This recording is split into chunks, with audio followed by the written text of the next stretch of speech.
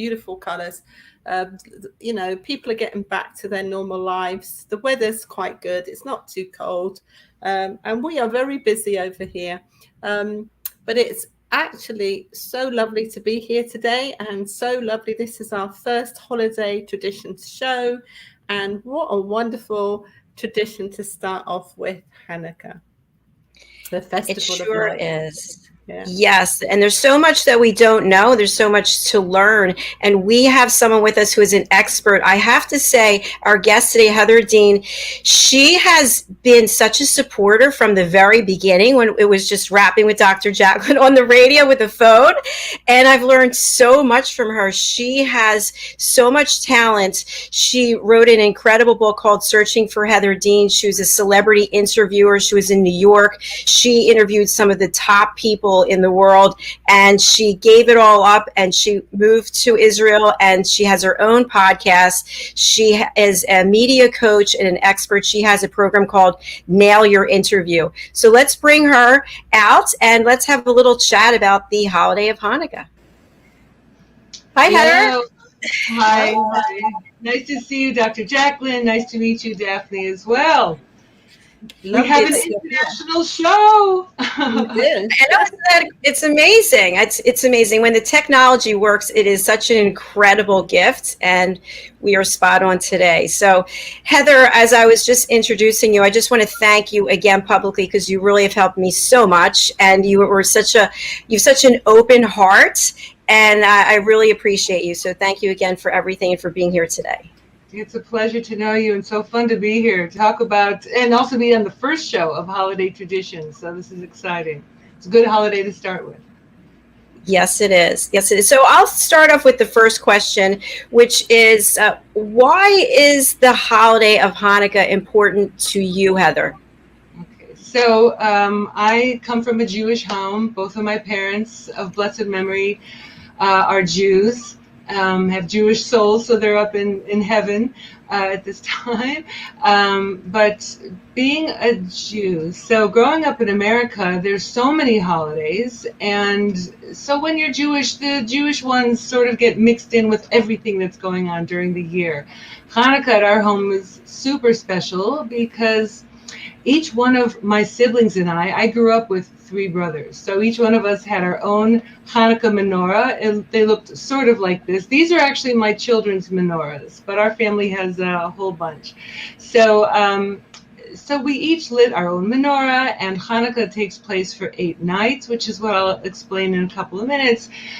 So we had, as the Adam Sandler song goes, instead of 1 night of presents, we had 8 crazy nights. So that was fun. So that was a nice tradition to grow up with. My mother made sure that she had all of the traditional foods ready and available for Hanukkah. So it's just a really, really super nice thing. It always takes place in the winter. In fact, it takes place at the darkest time of the year. On the Jewish calendar, that would be starting on the 25th of Kislev, the Jewish month of Kislev, and it's always the darkest time of the year. So that's why it sort of times out near the Christian holiday as well. But it's one of those things that the Festival of Lights lights up the world just when the world is at its darkest. Thank you so much. That's fascinating, right, Daphne? That is fascinating. I would just have loved to be looking through the window when you were growing up with 8 nights of happiness. So can you describe, how did your mum prepare the food? What did you actually eat? And did you have the same food every night for 8 days? Tell us more about it. Right. So I just wanted to say about looking at the Hanukkah candles of the Dean home. Yes, it was very special. However, I invite you both and all of your fans and audience to come to Israel sometime, because wow, will you have a feast for the eyes, because as you pass by every building, and especially the apartment buildings where it's window after window full of these Hanukkah lights, and it is truly something magical, and you don't have to be Jewish to think this is really, really super special to look at. Everybody's celebrating miracles, and it is a time of miracles. So as far as what my mother did, no, she didn't prepare the same thing every night. it's such a festive holiday that the tradition is that there are parties most nights. So certainly where I am, there are families, some of them are very large families with many children and grandchildren, and there are families where it's just single households, but there's usually some sort of party to go to. Many weddings take place during the week of Hanukkah, so there's always something festival going on. And so therefore it's not upon any one lady of the house, man of the house, to make sure that certain things are fed to the families every night. But yes, usually there is some sort of delicacy fried in oil. What's so funny in Israel is just when we finish the fall holidays of Yom Kippur, well, Rosh Hashanah, Yom Kippur, and then the holiday of Sukkot. As soon as Sukkot is finished, boom, all of the grocery shops start selling jelly donuts. And that goes back to the tradition of why are there so many foods filled with oil, and that's because oil plays a very important part of the holiday. But in addition to the oily foods, which I'll get to also in a second, the whole all of the menus are festive. So certainly there are just what normally families would have for dinner or normally serve for parties. It's just that the showstopper or the main part of it is everybody wants to know what sort of donuts are you going to be serving for dessert or other delicacies, and of course fried potato latkes. Heather, I have a question about that. My father loved jelly donuts. So the origin of jelly donuts is what? Okay, so the origin of jelly donuts goes back to just what Hanukkah is all about. Like, why is it the Festival of Lights? Well, back in the ancient days, I mean, the Hanukkah story first really started in the 2nd century, which was around 2,500 years ago. So back then, you don't just go down to the shop and buy candles and voila, you have candles. Back then, candles were lit in oil cups. So the miracle of Hanukkah takes place because of a candle that was lit with an oil cup. So what had happened was back then, the Jews who lived in Israel, it wasn't ruled by a Jewish king. Back then, ancient Greece, the ancient Greek government occupied the land of Israel. So there was a battle that took place. Everyone had different reasons. So for the ancient Greeks, just as all of the Mediterranean countries back then, they were on a mission of conquest and taking over land because Greece was the big superpower, and one of the ways to be a big superpower is to have a lot of land. And certainly where Israel is, it's on the Mediterranean coast, but you have Asia to the north and Africa to the south and Europe also off in the distance. So it's a very, very important port country as well.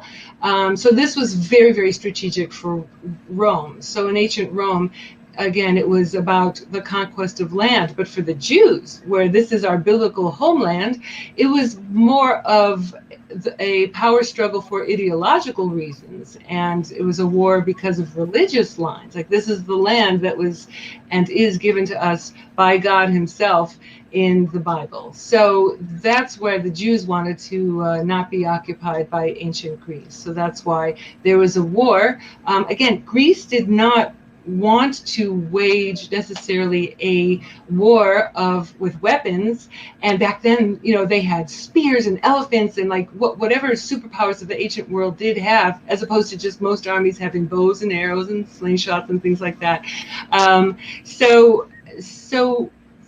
What's known by Jews, non-Jews, if you've ever heard of Judah the Maccabee, right? So there was a family, the sons of Matthias. Judah was one of them. So this family, they had had enough of ancient Greek occupation of Israel, and they actually rose up and fought back the Greeks. And this was a war that went on for about 3 years until finally Israel got back Jerusalem, the Holy Temple, and the miracle of oil comes from that. Finally, when the Jews won back their holy city of Jerusalem and the temple, is that they went into the temple to clean it up, because this is God's palace. So to clean it up and to light the menorah at the palace. But the menorah has to be lit with kosher oil. It should be anyway. It's supposed to be. And these were very religious Jews, and only kosher oil would do. So the Greeks, when they had ransacked the temple, had basically destroyed or contaminated the kosher oil reserves that were there, except the Jews did find 1 cup of oil. So they thought, okay, we're going to have to light this 1 cup of oil to commemorate the Holy Temple, and we will just have to, in the meantime, create kosher oil. And that takes many days to do. So meanwhile, this 1 cup of oil, which should have lasted just 1 day, guess how many days it lasted? It lasted 8 days. That's why we have the miracle of Hanukkah. Can you imagine any one of your birthday candles going on for 8 days? I mean, this is a miraculous thing. Oh my gosh, Heather, you're a historian. That was fascinating. Thank you for all that information. We've got a comment from Haley Parker Close. Wow, this is so interesting. I'm learning so many new things. Hi, Haley. I hope you're doing well. I think she is in Australia doing Mamma Mia. I'm not sure, but let us know. Thanks for watching. So I've got a question, Heather. Yeah. What is your favorite thing about Hanukkah?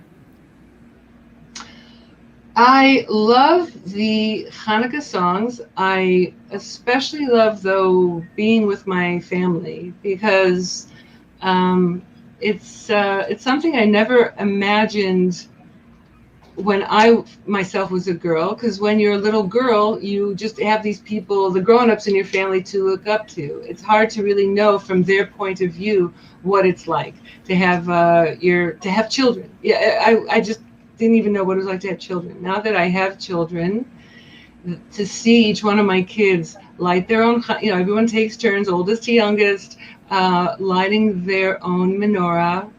There's a special blessing. And when a Jew hears someone say a blessing, we say amen to it. And amen means so be it, right? So to say amen or amen to one of my children's blessings is just that sort of pride that cannot be explained. And if you ever wondered what is the root of amen, why do we answer amen to prayers? Do you know why? It's so cool. Amen in Hebrew has 3 letters: the aleph, the mem, and the nun. The a, the and the n. Why is that? Because it's really an acronym for Kel Melch Ne'eman, which means God is the true, he's the trustworthy God. He is our trustworthy God. We trust in him. So that's why we're thinking, so be it, please God, God willing. That's what we mean when we say amen. So if you sneeze and someone says bless you, if you're Jewish, you can answer amen. Bless me. I'll take that blessing. That's wonderful. I didn't know that. Did you, Daphne? I didn't know that, but I have got a really for me, I'm interested to know. So with the 8-day celebration, you're going to come across the Shabbat celebration amongst the Hanukkah celebrations. So does that do you just stop Hanukkah and do Shabbat, or do you mix them together? What happens with that one? I love this question because I love it. This is something that you must be on a very high level, a very, very high level, and a very old soul, because this is something that we have to know what is the law regarding lighting the candles, because really every week, once you light the Shabbat candles, Shabbat begins. Shabbat begins. There is a certain time to light it. There's a certain time at sundown. It varies every week because obviously sundown in London is going to be different from sundown in New York. It's going to be different from sundown in Tel Aviv or Beersheba or wherever a person is in Israel, Johannesburg, wherever it is in the world. When it's a certain sundown time and the Jewish person lights their Shabbat candles, Shabbat starts. Okay, so the thing is that once Shabbat starts, there are certain laws, and you've probably heard there's certain things we do, certain things we don't do, because we are in Shabbat mode. We are really commemorating creation. God created the world, and there's certain things we just don't do, and yes, do. So one of the things, once you light your Shabbat candles, you don't light anything else. You don't light anything else till after Shabbat is over. There's a candle that we light on Saturday nights, which is called the Havdalah candle, which means to differentiate between the Holy Shabbat and the rest of the week. So what do you do about lighting candles? Because you don't light your Hanukkah candles right after your Shabbat candles. So what we do is we light the Hanukkah candles right before Shabbat candles. We say our blessings, and then boom, walk over to the dinner table. And in our case, it's a dinner table. Some people put their Hanukkah candles on a shelf, whatever it is. But then we light our Shabbat candles after. And then, yes, during the course of Shabbat takes precedence. There is no other holiday more important to the Jewish tradition than Shabbat. So whatever, that means Hanukkah is going to be secondary. So yes, during Shabbat, there's certain blessings we say before we eat, after we eat. And so on that Shabbat, we would incorporate the special blessings for Hanukkah during a Hanukkah meal, for example. Well, I'm really happy that I asked that question, because I really adore light, all things candles. So my questions are always deep. But I've got another question about the menorah. I've seen menorahs all over the world, and they are so beautiful. So are there any kind of rules in designing or making a menorah? So a menorah is always with 8 candles, and they're always on the same level. Always, if it's a kosher menorah. I know I've seen like beautiful sculptures, and it's very nice to look at. It's just not the sort of thing that one might consider a kosher menorah when you light the Hanukkah candles, but there are some gorgeous ones. Okay, so all of your 8 candles are in a row, and then there's the extra candle that's called the shamish, which is the helping candle that you use to light the other ones. And the shamish is not on the same level as the other 8. It's either higher up or lower, it doesn't matter. It's just on a different level because it's the 8 nights of the 8 nights of Hanukkah that we are celebrating. And so altogether, candles, if you're buying them in a box, you buy a box of 44, because you need to have that as you're lighting 1 Hanukkah candle for the first night, 2 Hanukkah candles for the second night, third, and so on, until you get to the 8th night. I'm telling you, be in Israel if for any night on the 8th night of Hanukkah, because you will see these candelabras full of gorgeous candles in every window as you walk down the streets, especially in very religious neighborhoods, just everywhere. Okay, so the thing is that even so, you have your helper candles. So even though a box of candles, if you do the math, has to be 44 candles to make sure you have everything for every night, it's really those primary candles which add up to 36. And again, Daphne, I'm telling you, Miss Old Soul, like, who asked these questions? I don't even ask these questions. I just happen to know the answer of 36 because I'm learning from scholars of the Talmud. I don't make this stuff up. So there are 36 candles lit over the course of Hanukkah, and 36, you're going to love this, has such a deep meaning. All of the numbers have deep meanings in the Jewish tradition, but the number 36, that has a significance of oneness. And Jews believe in one God. We are one soul. The Jewish people are also one nation. Like, it's just oneness. So the thing about 36 and oneness is the light of the candles are supposed to help each individual see who we are. And when we look at the light of the Hanukkah candles on the 8 nights that we look and enjoy and take it in, we among other things remember that nothing is holding us back. The thing about light, as you know, since you, Daphne, and all of us who appreciate light so much, is that picture yourself on an airplane, right? So when you're on an airplane, you're up there with the sun. If it's a cloudy day, there are clouds below you. There may even be storms going on below you, but you're up there with the light. So it's actually always a sunny day. even if the weather's cloudy, even if it's stormy. And so we understand that God's light is always shining. It's always, even on days where the sun hides behind, even on the days that we think God is hiding, that no, he's always there. Literally, figuratively, even on our dark days, he's always there. And we all experience that. We all have ups and downs. We all have our dark days, our challenges. The person who wrote in before, she's a theater actress in Mamma Mia. So I know from knowing actresses, not being one, but knowing that they definitely have so many ups and downs, the auditions, the rejection, the highs of getting a role, the high of getting a lead. Every person's life has their ups and downs, and but really nothing should hold us back. And we can have strength in knowing that he's always there. He's always watching over us. That's so beautifully said. What do you think, Dr. Jacalyn? I want to give a big amen to that, if that's okay. That's appropriate. We are going to take a break. There's so much more to discuss. We do have a follow-up from Haley. She said, Mamma Mia opening night is almost here. We are so excited for you. I guess the expression is break a leg. And we'll look forward to hearing how your show is going.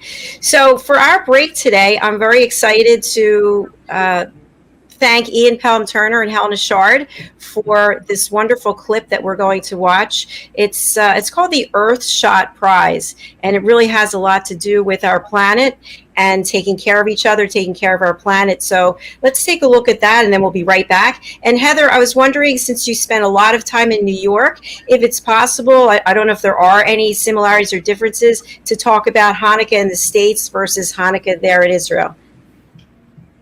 That sounds fun. Yeah. We'll talk about it when we get back then. Yes, we will. Perfect. All right. Okay. Let's take a look at the Earthshot Prize, and we'll be right back here on USA Global TV and Business Talk Radio.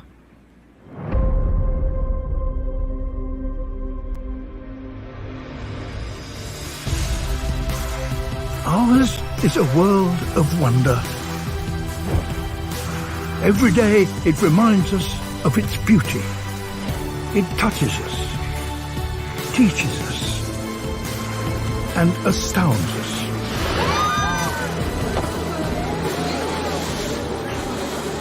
But it also warns us that what we throw away does not go away. That higher temperatures mean a lot more than longer summers. That we can no longer take life as we know it for granted.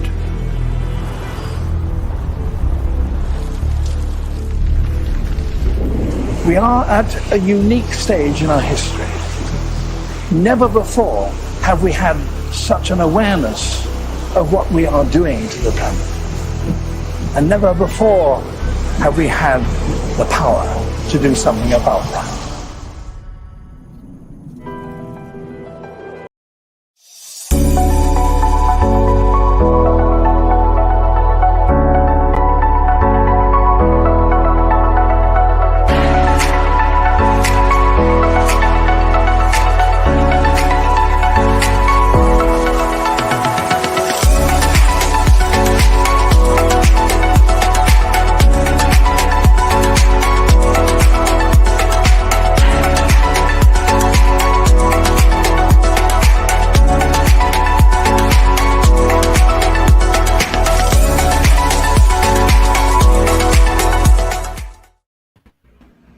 Hello, everyone. Welcome back to USA Global TV, home of Talking Heads. And again, hello to our friends listening on Business Talk Radio. We are thrilled to have you here today. This is the first episode of our show, Holiday Traditions. I'm here with Daphne Diluce and our guest, Heather Dean.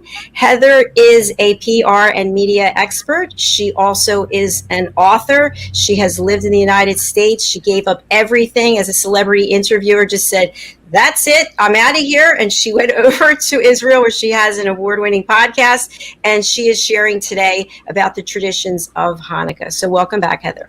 Thank you so much. Nice to be here.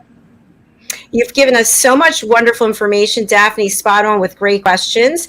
And I'm wondering if we can just start off with, you lived in New York, you lived in the United States for a long time. What is the holiday tradition of Hanukkah like in the States, specifically in New York, as opposed to Israel? So in the United States, so as I mentioned in the first segment, Hanukkah always takes place in the dead of winter. A lot of light coming through in the dead of winter. But the thing is that it always usually comes at some point between the end of November to the end of December.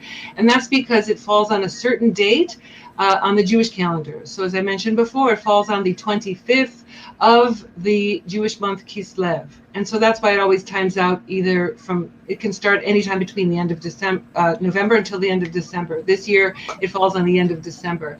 So the thing in the United States is that is holiday season. So it's the Jewish holiday, but obviously the Christian holiday. And in the past 20 years, we've become much more cognizant of Kwanzaa, which is a winter holiday that is celebrated especially for people of African descent, and there are more. It's just like an all-over holiday season. So I think unless you're Jewish, Hanukkah can sort of seem to get a bit lost in the sauce, so to speak. But I think people might find it kind of cute to see Santa Claus, decorations of Santa lighting menorah, or like all Merry Hanukkah, like all these things that kind of get it mixed and jumbled. The difference when you get to Israel is Israel is the Jewish state. So thing is, this is so mind-blowing, and I have been in Israel for 2 decades. It still blows my mind that December 25th can come and go, and people don't even think of any holiday other than it's just December 25th on the calendar, just like any other day, July 17th or March 17th, whatever. It's just another day. So it's sort of weird as an American growing up where the Christian holiday is so important, especially that's, other than Easter, that's also probably the most important day for Christians. So yeah, it's an interesting thing, but that's what it is. I'm sure that if you were to go to Tehran, the December 25th would also come and go, and in Abu Dhabi or in the Emirates, it comes and goes. But yeah, so that was a weird thing to get used to. But yeah, so here the focus really is all about Hanukkah. In fact, as I said before, once the fall holidays finish in Israel, it really becomes all about Hanukkah. And then when Hanukkah comes and goes, then it's about the next Jewish holiday, which is Purim. And that's a whole different thing. That's also very, very festive. It's the happiest day of the year. But that comes in early spring. So those are some of the differences. Very cultural, I would say. I think that's really fascinating, and I want Daphne to weigh in on this as well. So here in the States, what I found over the years, a couple of things, is that I have many Jewish friends who also celebrate Christmas. So they put the Christmas tree up as well. And then I also have a lot of friends, some number of friends, where it seems like the gifts are more important than the religious significance of either of the holidays. So what do you find there in the UK? What do you find in Israel? It sounds like Israel, that's not happening. But what do you find in the UK, Daphne? Well, in the UK, we've got quite a lot of areas where we have very traditional Jewish group or family groups. And then we have got some some groups of Jewish people that they're very religious. Absolutely. So, and literally in London, you can drive around Golders Green and you find yourself in some areas and, everybody's dressed so differently to you and you just can feel it. It's almost like you can go 10 meters and feel something different there than you did there. Yeah. So the thing is, what is so wonderful about London and actually UK is that we are multicultural now. being British and sipping tea in a nice cup. Yes, I do that, but not many people do. So we're multicultural. So the thing is, and in my life, I've been blessed to have so many Jewish friends, and I've actually, done a lot of studying with many religions, and Judaism being one of them. But I think that it's so wonderful when there's this interfaith. But when you look behind interfaith and you start to look at goodness, light, taking care of family, nurturing, nutrition, looking after the earth, looking after your spirituality, then actually we're not different at all. There's just different kind of holidays and labels. Anyway, that's my humble opinion. But what's so exciting about living in the UK and around London is that actually you can go around the world in a day. So you can drive up and see the menorahs. You can go in central London and see angels flying around from the lights. You can see Christmas trees. And then before that, we have Diwali. So you'll see the Diwali celebrations. I'm just like, love the light. So I'm just like a little fairy. I'm just attracted to anything that's light and beautiful, and that does something good for the world. Thank you, Daphne. That's beautiful. How about you, Heather? What are your thoughts on the question? So I think it's also so important to fill the world with as much light as possible. The world is going through a very challenging time. The United States is going through a challenging time. Obviously we see that here from Israel and anywhere outside the United States, that it's a really, really tumultuous time.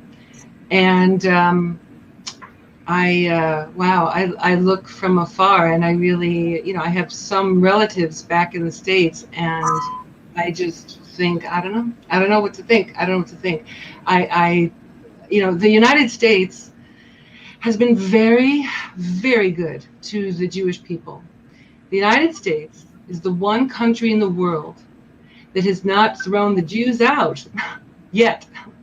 It has not expelled the Jews. And if you look over history, every other country has. So I am very, very grateful to have been born and raised in the United States. My dad was a very patriotic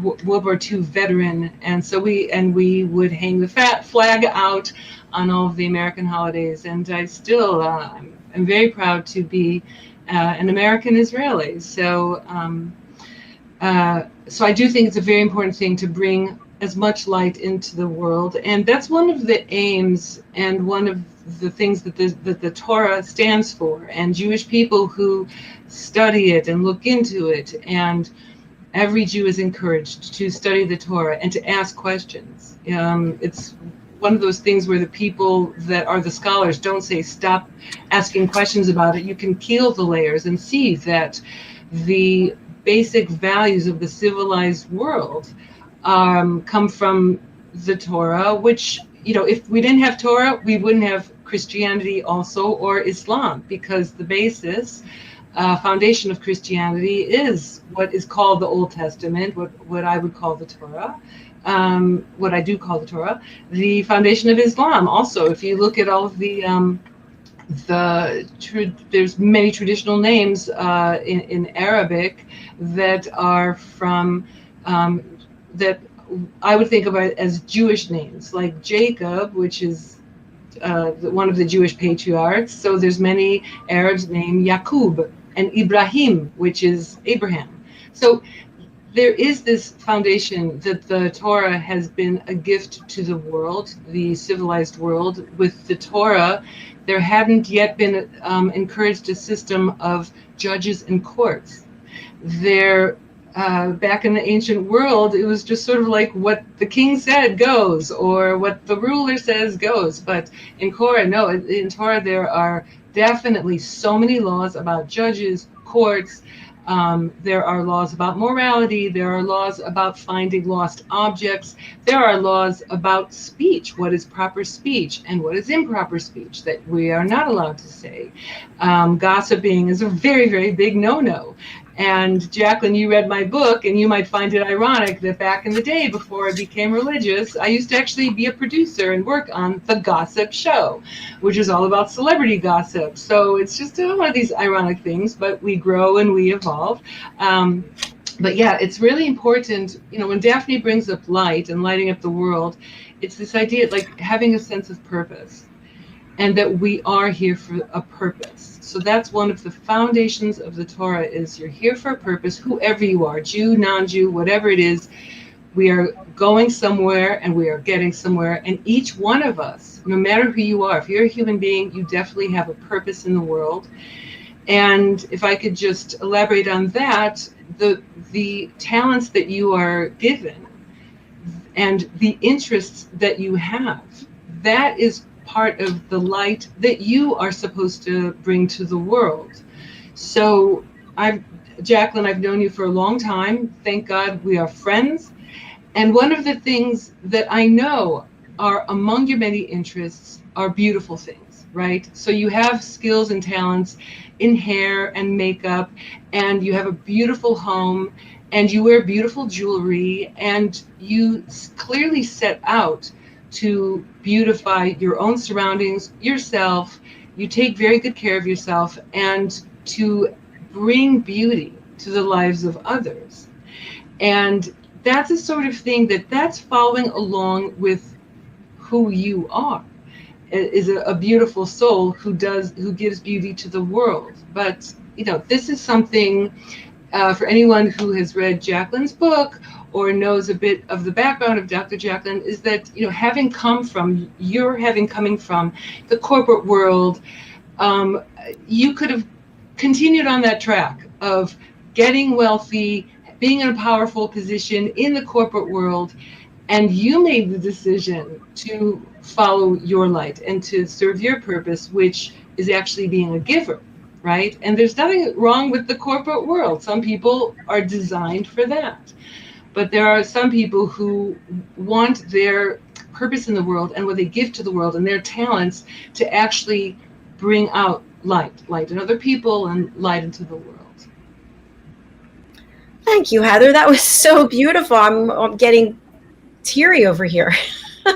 Thank you. Well, I think Daphne, you know Jacalyn also. I've known her longer, but you know that's how it is. Jacalyn's got a really generous heart, and the thing is, and she's very, very tenacious, and it's one of those. She's like a fountain that's always giving, and look, giving, learning, doing. She's. We haven't talked about the fundraising and the health conscious. It just doesn't end, and so this is the thing. You have a purpose to serve, so do it.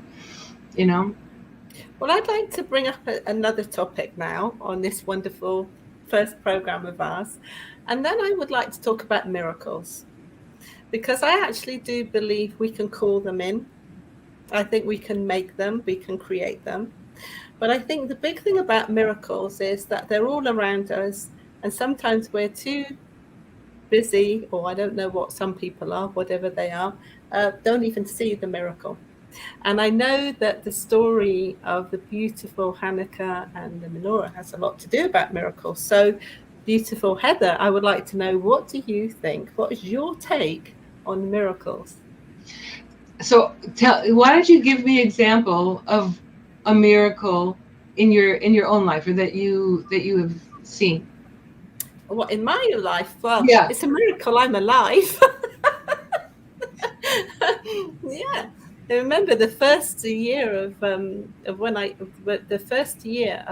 being a mother, I was very, very lucky to survive 3 times in 1 year for 3 different reasons. Really lucky. That's a miracle, because the three things so I was in hospital altogether for 3 months in 1 year for 3 separate occasions in the first year of my son's life. I shouldn't be here. That's a miracle. Wow. I say thank you every day. Yeah, I hear. That's a miracle. Yeah. I like that. I like that you say thank you every day. It's a nice little habit I have, that when I wake up, I start thanking also for certain things. Even if it's I'm grateful when my appliances and utilities are working, right? You never know. You never know if there's a power outage. So that's like a blessing, that the wisdom of how lights light up and sound and an oven can turn on, like this is wisdom that has trickled down to mankind from the ultimate source. So, and more wisdom gets trickled down in every generation, which is why there's been so many advances, I think. So miracles, yes, I guess when they happen on a big grand scale like this, they really are a wake-up call. The way that Judaism understands how God runs the world is that it's not all about the big miracles, because actually our understanding is that God wanted the world to run naturally. God invented nature and could have had the world run any way that he wants. He's God. But nature has to take a certain course. So when we have these big wake-up calls of, whoa, that wasn't supposed to happen, okay, it's a nice wake-up call. But a person who's really tuned in, and I think that the three of us are, and people that are watching this and have gotten this far in the broadcast also have some sort of sense of that as well, is that there are everyday miracles. So yes, it also includes the birth of a baby. I mean, how does human life go from living inside a person? How does human life breathe? You're inside a person on average of 9 months. And then all of a sudden, certain medical miracles have to take place for that human life to then suddenly be outside, be born in the outside world. There has to be a miraculous change in the structure of the lungs to suddenly then be able to function and live in the world, in the outside world. So yes, that's one of those big miracles. It's happening constantly because babies are born constantly, that we may or may not, maybe the parents think, wow, it's such a miracle. But if we step back and think, it is happening constantly, that kind of a miracle. But even the way that, I don't know if you're like me, but I love to watch fast motion flowers blooming. I love those movies where the flowers bloom right open. You just see montages of that. Or the public service announcement that was played during the break. You see all these gorgeous pieces of scenery, but even something as simple as a blade of grass, that also has divine providence. There's divine providence everywhere, and there's little miracles, big miracles. It's all going on at all the same time, that we're able to have this conversation, that our brains can function, knowing that what I'm saying to you right now, you understand enough English to know and your brains are working well enough to know what I'm saying. So just the whole idea of being a sentient human being, a thinking, functioning human being, and all of the things. I mean, Jacalyn, you raise money for Crohn's colitis. So you, of all people, know how miraculous a body works when it's working well. And even when not everything's working well, but other things, yes, in the body work well. Again, these are miracles that are going on all the time. I love that, Heather. And I just wanted to share, in alignment with what you said, I feel like miracles that I've seen, I have these illnesses and I've gone to all these doctors and they put me on all these medications, and I just decided to stop taking them. And guess what? They went away. Now, if that's not a miracle, I don't know what is. So I give my blessings and I do my affirmations every day. There's so much to be thankful for. Everywhere you look around, there's something to be thankful for. Right, absolutely. And it's one of the reasons why there's so many different foods, that, just to switch gears to food, there's so many reasons why there are these traditional foods. Since this is a show all about holiday traditions, that the miracle of the Hanukkah oil that we talked about in the first segment, why oil figures into Hanukkah foods sometimes. So there's many delicious dishes that are fried in oil. So it's a tricky time for the diet, especially if you have a condition like Crohn's colitis. Then you have to avoid that sort of thing. But fried potato pancakes, that's one of the centerpieces. You can expect that at many meals, fried potato pancakes. And there are various variations. Sometimes people like fried cheese pancakes. Ugh, but in our health conscious society, so people are also switching it up to healthier varieties. So maybe not fried potato pancakes, but you can shred carrots and make nice fried carrot pancakes, or zucchini, sweet potato, or beets. Quinoa is a popular thing to make into a nice fry, or you can bake it with some oil. So there are many variations of the fried dishes, and also we mentioned donuts before. So donuts are everywhere. You go in Israel, we joke that even the barbershop is selling donuts. Like, it's just everywhere.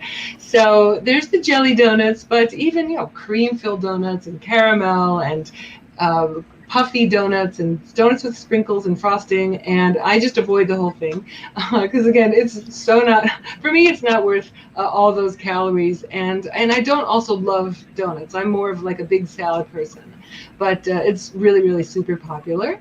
And then the other thing that we didn't get to, it has a historical background, is so many dairy products on Hanukkah.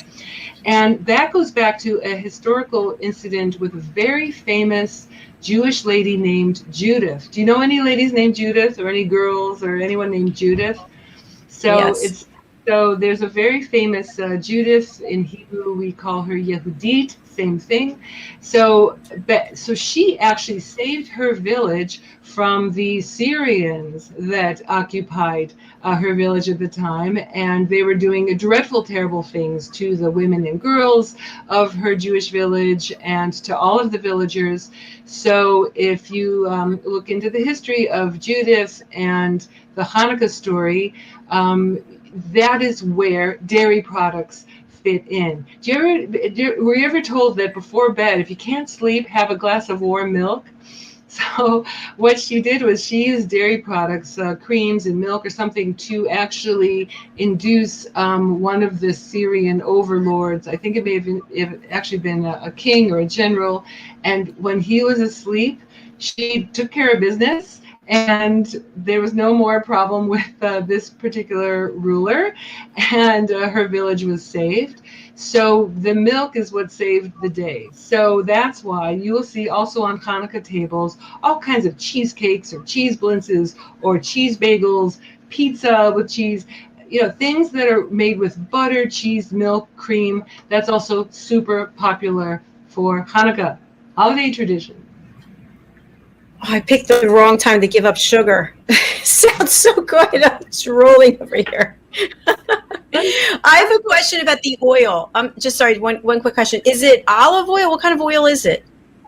So the original thing, it really originally was olive oil, and so that's why many traditional Jewish people have they will use olive oil candles or olive oil to light their Hanukkah candles. But there's different kinds of kosher candles around. It doesn't have to be olive oil, but yes, absolutely olive oil. And the thing about olive oil, when it's done in a kosher way, is olive oil is made from an olive press. And our tradition is that the best oil from the olive is that first drop, or the first drops. So can you imagine? That's why it takes so long to make the oil that is kosher enough to light at the Holy Temple, the eternal Holy Temple in the eternal capital, Jerusalem. Like, it has to be the most kosher of the kosher. So that's why it takes a lot of oils and a lot of those first drops to make something that's sanctified enough to merit being lit at the temple. So that's why it's such a miracle that one cup with all those first drops of olives, that really made it through all 8 days. That sounds like a miracle. That's amazing. Well, I think that it's important, and I do things with intention always. And I've got some lovely friends in America who are Jewish, and they've made something called intention sticks, and you kind of put your loving intention in there, and you actually live with that intention. So I think today, what I really love about hearing everything that you're saying, Heather, there's so much goodness in it. There's so much light. There's so much life coaching there. There's so much so much to actually delve in and learn more about, and thank you so much. But what I have actually been privy to over the years, with knowing many wonderful people all over the years, is sometimes hearing beautiful Jewish prayers.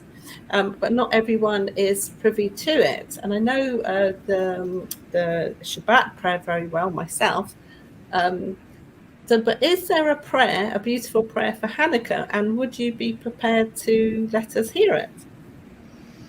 There are a lot. I should have brought my because it's in Hebrew, so I could rattle it off in Hebrew. But there Oh is. no, but that's what I think. It would be very lovely for our audience to actually hear what a Hebrew prayer sounds like, because So, the thing is, what Jacalyn and I are endeavoured to doing is to bring beautiful celebrations to the world and education to the world, and beautiful people like you to tell us the stories, so we can hand them down, and that we can also, put a light on all the beautiful things that there are in the world, all the traditions, all the things. So a Hebrew prayer would be fabulous. Okay, so other than Adam Sandler's "Put on Your Yarmulke, It's Time for Hanukkah," I'm kidding. Which I love. I know that one. I love that song, and I love Adam Sandler. He's one of my favorite celebrities to interview. Love him. So one of the best known Hanukkah songs is called Ma'ot Tzur, and Ma'ot Tzur, Tzur is the rock. So the ultimate rock. Sorry to Dwayne the Rock. What's his name? Dwayne the Rock Johnson. No, the rock. The ultimate rock is the rock. Is our rock. Is our steadfast Lord in heaven. So he is a rock. He is our strength. So Ma'oz Tzur is the rock of our strength. So part of the lyric is Ma'oz Tzur Yeshuati, and Yeshuati is our salvation, or my salvation, Yeshuati. So there are many words that follow, but Ma'oz Tzur Yeshuati. So even I think many Jews of all levels of observance, they probably have heard of the Ma'oz Tzur song, Ma'oz Tzur Yeshuati. So there's that. You had asked before about Shabbat, when Hanukkah falls on Shabbat. So Jews, we love to eat, but our meals are a commemoration. Every single meal, especially a meal that you have with bread.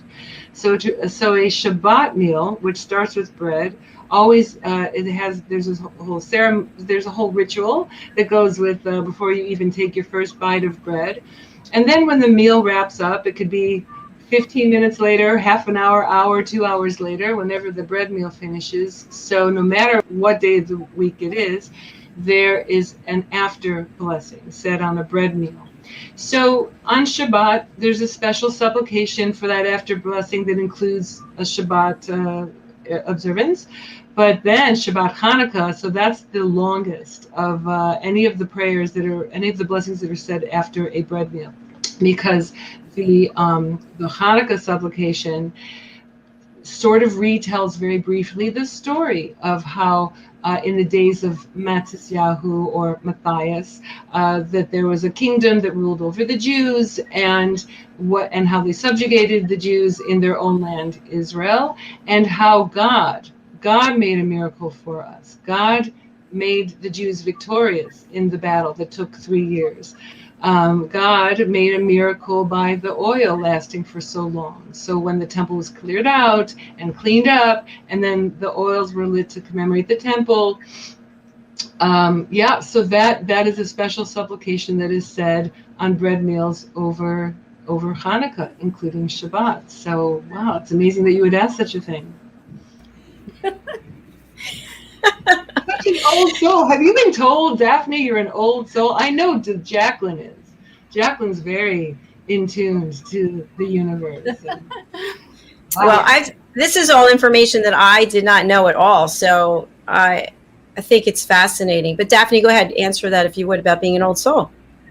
Yes, I am an old soul, and I think it's actually, and I love all the things that both you beautiful women are saying today, and I really hope that our audience can really watch this over and over again. There's so much wonderful stuff here.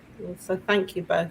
Yes, I am an old soul. And so in what we've talked about today, we've talked about miracles, traditions, about light, about God, about something being bigger than ourselves, and about how valuable we are, each soul. Yes. And I think the thing is, as an old soul, I hope that I'm getting it right these days, because practice makes perfect. I'm very humble. I do a lot in the world, but I'm very humble, and I've got a big sense of humor, you know. And I say, there go I, for the grace of God. I try again tomorrow. So I'm, yes, an old soul, but a humble soul. If that answers your question. We have so much more to learn from you, Heather. I hope that you'll come back and share more with us, because I feel like we're just like skimming the surface, and we're getting a lot of interest on social media. So thanks to all of you who are watching on the live, and also those of you who will watch on the replay. And again, what an honor to have you here with us, Heather and Daphne, to be co-hosting the show with you. I feel so privileged to be with two powerhouse women who are really heart-centric and yet have put so much beautifulness out into the world. Heather, I want to spotlight you as we close out, and I've read your book. I have your book. I tried to go over there in the break and bring it out, but do you have it there with you?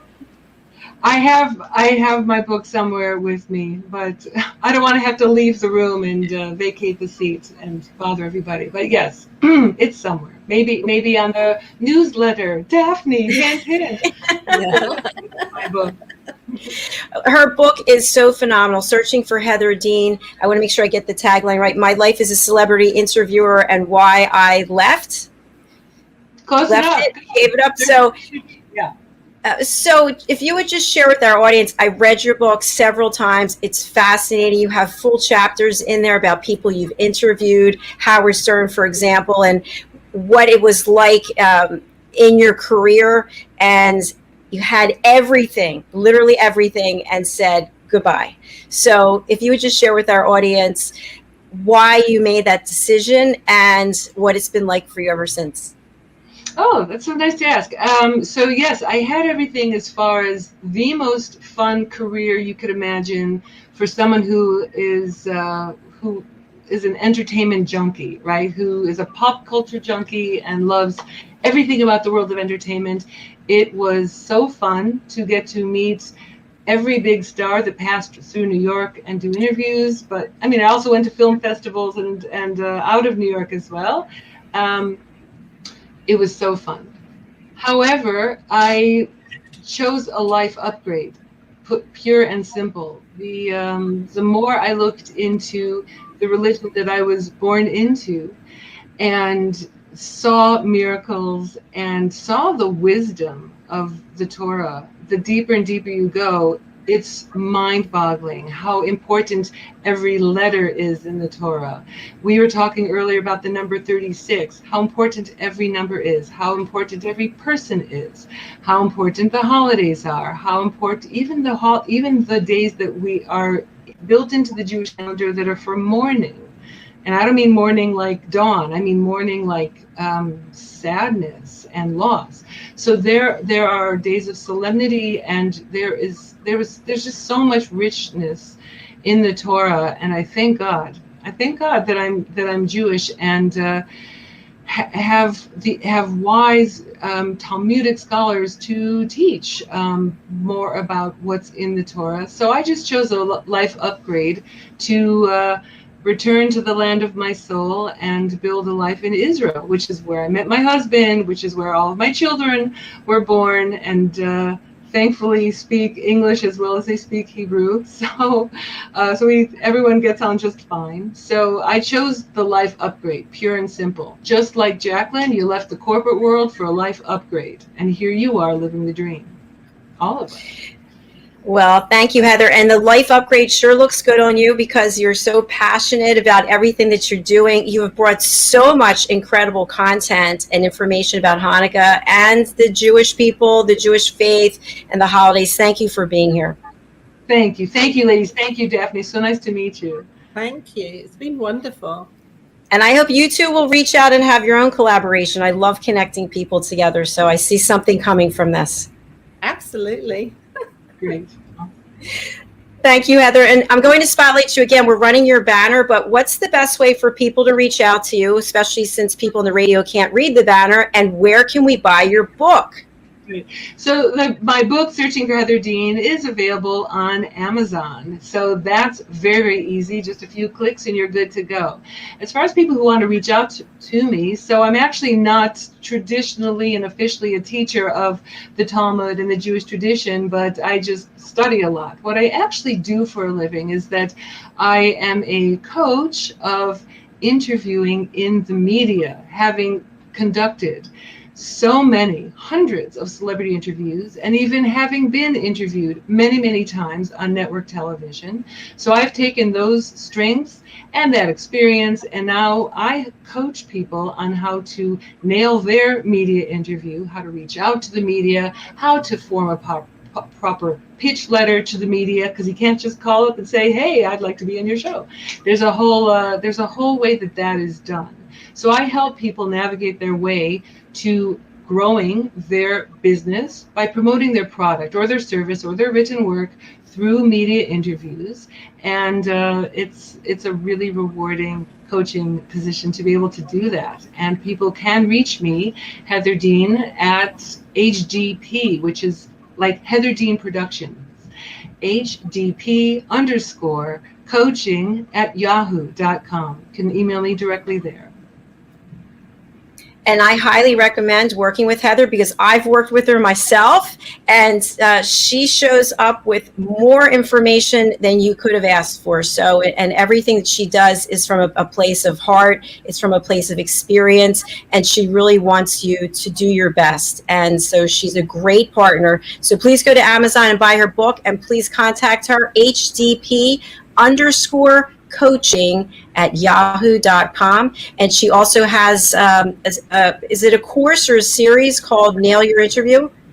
So Nail Your Media Interview is a course in the works. However, it's the actual system of coaching that I do. So I have a whole different kinds of levels that people can receive coaching for Nail Your Media Interview. Wonderful. So please do reach out to Heather. And if you're just joining us, I see some folks just tuned in. Please go over to our YouTube channel, USA Global TV, and watch this from the very beginning. Thank you so much, Heather, for being here. We'll look forward to having you back again soon. Looking forward. Thank you, ladies. Have a great day. Thanks. Thank you. Take care. Bye. I just love her. Really love her as a person and as a professional. She's just such a wonderful friend. And obviously she's so knowledgeable about so many things. We could have her on all of our shows and she could add value to them. So thank you again, Heather. Daphne, as we close out the show, I'd love for you to share with people how they can get in touch with you and who should contact you. Oh, okay. Well, my name is very unusual. My name is Daphne Diluce. I'm the only one in the whole world. That's a big responsibility.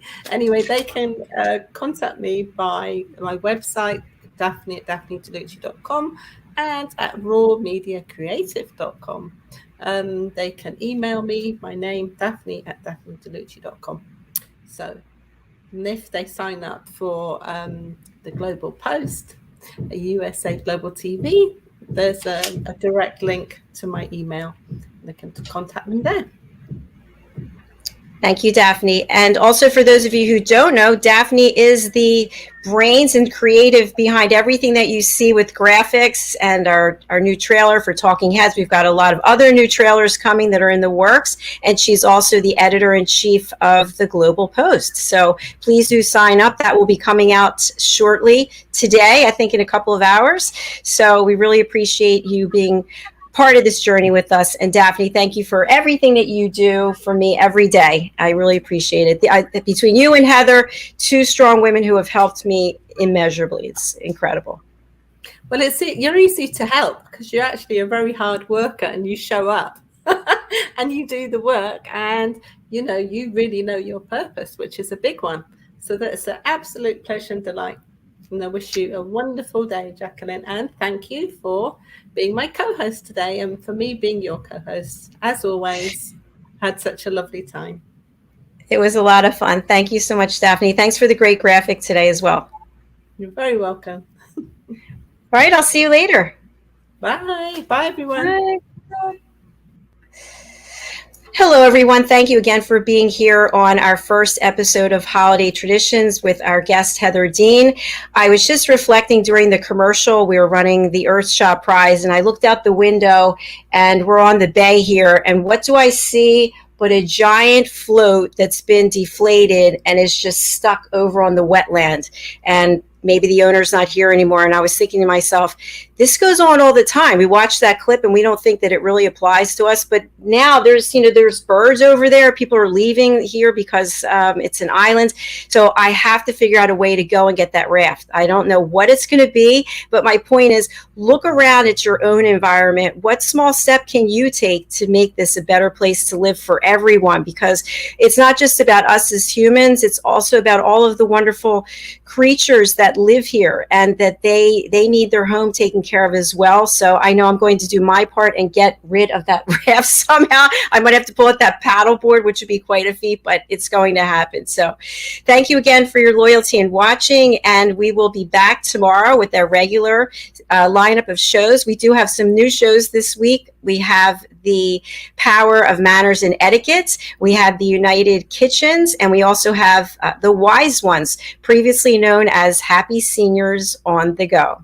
So thank you again. We look forward to seeing you tomorrow. And if you want to get in touch with us, just email me, Jacalyn at drjacalyn.com.